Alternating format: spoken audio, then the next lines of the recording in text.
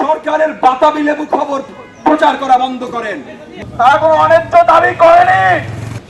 যত লাশ ফেলেছে এই সরকার, যত রক্তে রঞ্জিত করেছে আমাদের এই জমিন, 1971 সালের 25শে মার্চের অপারেশন সার্চ লাইটের পরে এরকম কোন ঘটনা ইতিহাসে ঘটে নাই।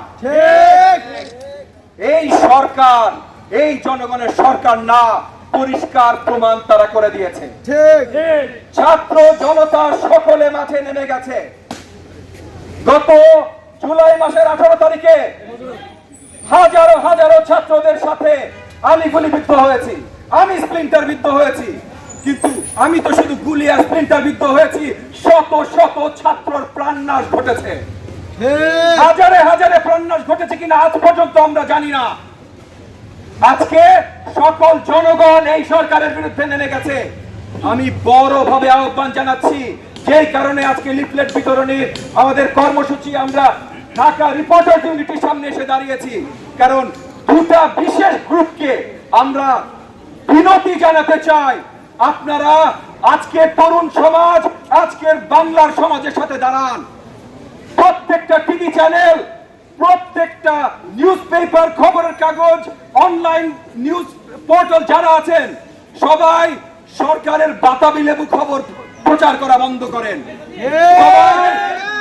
সত্য চিত্র জনগণের উপরে আজকে কি ঘটছে, কোথায় কোথায় কতখানি রক্তে রঞ্জিত হচ্ছে আমাদের স্বাধীন বাংলাদেশের মাটি, সেটা পরিষ্কার করে 18 কোটি জনগণের কাছে তুলে ধরেন। ভাই, আপনারা গণতন্ত্রের জন্য আপনাদেরকে বলা হয় দ্য ফোর্থ পিলার, মানে চতুর্থ খুঁটি, যে খুঁটি ছাড়া এই বিল্ডিং দাঁড়াবে না। আমি জানি আপনাদেরকে লাইসেন্সের ভয় দেখানো হয়, আমি জানি আপনাদেরকে আইসিটি আইনের ভয় দেখানো হয়, কিন্তু ভাই আপনারা মনে রাখেন এই সরকার কিন্তু আর নাই।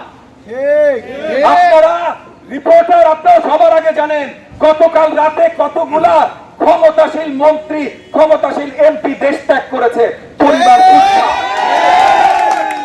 যদি এই দেশের প্রতি তাদের ভালোবাসা থাকতো, যদি আসলেই সত্যি কথা বলার সৎসাহস থাকতো, তাহলে রাতের আধারে 2টা 3টা 4টার সময় সপরিবারে পলাতক করতে হইতো না তারা। এই দেশের নেতা তো পরের কথা, এই দেশের নাগরিক হওয়ার অধিকার তারা রাখে কিনা সেটা নিয়ে আমাদের আসলে চিন্তা করতে হবে।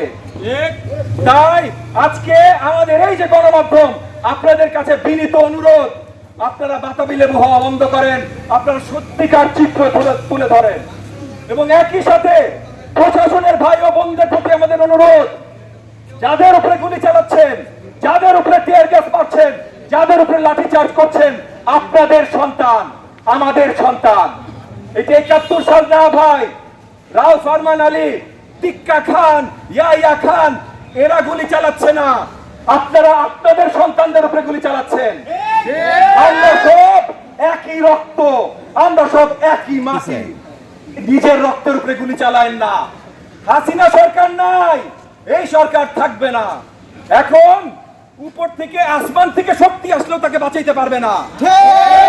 তাইলে তাদের সাথ ছাড়েন, জনগণের সাথ নেন। আমরা আজকে ছাত্রদের সাথে,